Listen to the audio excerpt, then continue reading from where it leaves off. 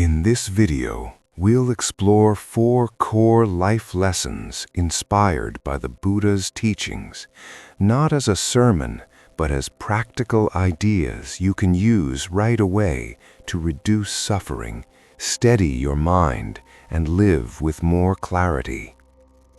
These 4 lessons are impermanence, the 3 poisons, greed, anger, and delusion, cause and effect, karma as habit and consequence, and letting go.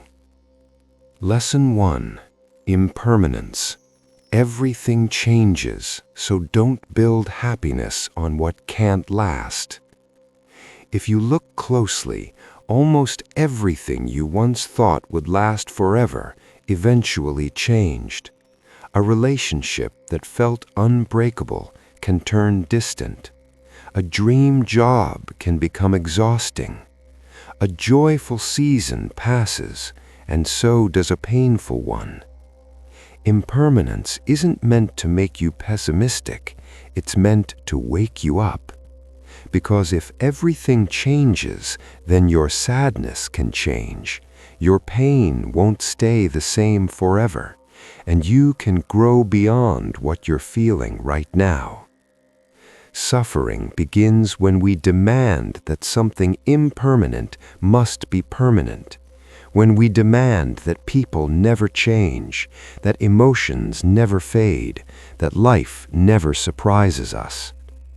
Life is like a river. The more you cling, the more you become exhausted. A simple practice.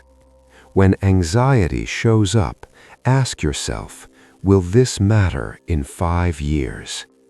If this changes, can I still live?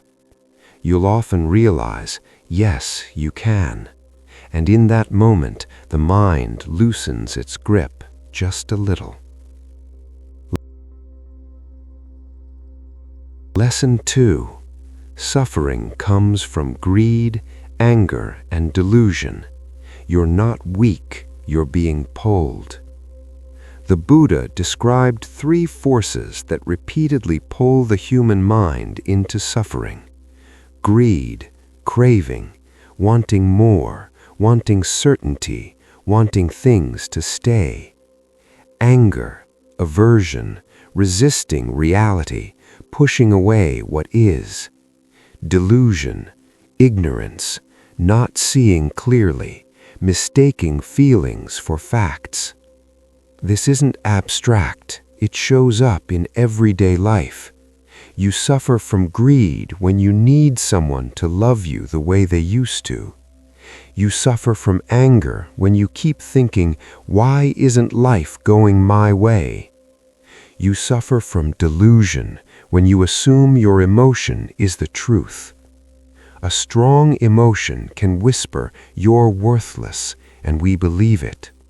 One moment of distance from someone can whisper, they don't care, and we conclude it is the whole story. The moment you can see the pull, you're no longer fully trapped by it. That's the beginning of freedom. Lesson 3. Cause and effect. You can't control outcomes, but you can control the seeds you plant. One of the biggest sources of stress is the need to control life. But this teaching points in a different direction. You don't have to control the whole forest. You only have to care for the seeds. What you plant in your mind becomes your habits. What you repeat as habits shapes your character, and your character shapes your life. In this sense, cause and effect isn't superstition, it's the simple logic of consequence. If you plant kindness daily, life becomes easier to breathe in. If you plant comparison daily, life starts to feel like lack.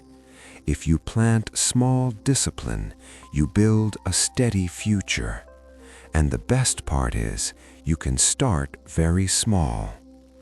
A 7-day practice. 10 minutes of quiet each day, no phone. One small good action each day. One honest check-in each day.